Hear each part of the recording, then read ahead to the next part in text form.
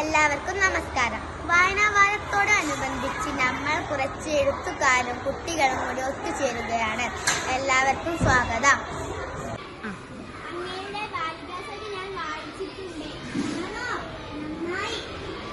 മക്കളെ, വായിച്ചാൽ വളരും, വായിച്ചില്ലെങ്കിലും വളരും.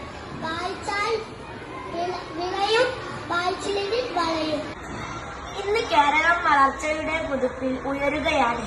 പക്ഷേ അതിനൊപ്പം പല മൂല്യങ്ങളും ഇന്നത്തെ കുട്ടികളിൽ നിന്ന് നഷ്ടമാകുന്നില്ല എന്ന് ഞാൻ ചിന്തിക്കുന്നു. പണിക്കരുടെ ആശങ്ക ശരിയാണ്. ഇന്നത്തെ തലമുറയ്ക്ക് വളർച്ചയുടെ മുകളിൽ കയറാൻ മാത്രമാണ് താല്പര്യം. ഇന്നത്തെ തലമുറകളിൽ പുസ്തക വായന ഇല്ലാത്തതാണ് ഇതിനെല്ലാം കാരണമെന്ന് എനിക്ക് തോന്നുന്നു. വായിച്ച അറിവ് നേടി വളരാൻ സ്നേഹവും കരുണയുമുള്ള നല്ലൊരു തലമുറയെ വാർത്തെടുക്കാൻ നിങ്ങൾ മറന്നല്ലേ? നമ്മുടെ നാടും വീടുകളുമെല്ലാം പഴയ കഥയാൽ നിറഞ്ഞവയാണ്. അവിടെയുള്ള പാഠങ്ങൾ ഇന്നത്തെ ജീവിതത്തെയും നിറമുള്ളതാക്കുന്നവയാണ്. ചെറിയ പുസ്തകമാണ്. ഓരോ ദിവസം അതിനെ പുതിയെഴുത്താൽ ചേർക്കപ്പെടുന്നു. പുസ്തകമില്ലാതെ പൊതുബുദ്ധി എവിടുന്ന് വരും? വായനയില്ലാത്ത വളർച്ച. ഞാൻ ചിന്തിക്കുകയാണ്, പുസ്തകമില്ലാതെ എവിടെയാണ് ആ സ്നേഹത്തിന്റെ പഴയ ഭാഷ കാണാവുന്നതെന്ന്.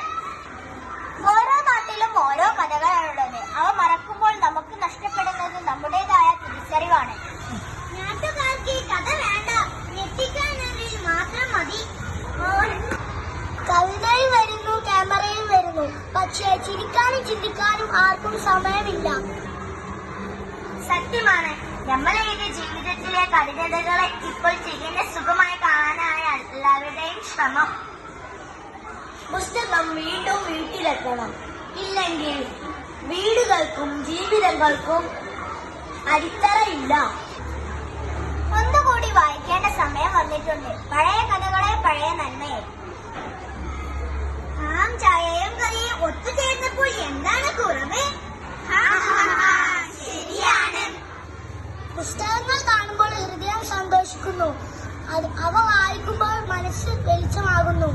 പുസ്തകങ്ങളിൽ നമ്മൾ കാണാത്ത ലോകങ്ങളുണ്ട്. വായിച്ചാൽ നമ്മൾ മറ്റുള്ളവരെ സ്നേഹിക്കാൻ പഠിക്കും. വായന ഇല്ലാത്ത മനുഷ്യൻ കാഴ്ച ഇല്ലാത്ത കണ്ണു പോലെയാണ്. അന്യനായ ഒരാളെ പോലെയും നമ്മൾ കൂട്ടുകാരാകാൻ തുടങ്ങും. ആ കൂട്ടുകാരൻ എന്നത് ഒരിക്കലും ഒരുപോലെ ആയിരിക്കേണ്ടതില്ല. ഓരോരുത്തരും വ്യത്യസ്തരാണ്. വായന നമ്മളെ അത് മനസ്സിലാക്കാൻ സഹായിക്കും. വായന മനസ്സിന്റെ മരുന്ന്, മനുഷ്യരുടെ പാത.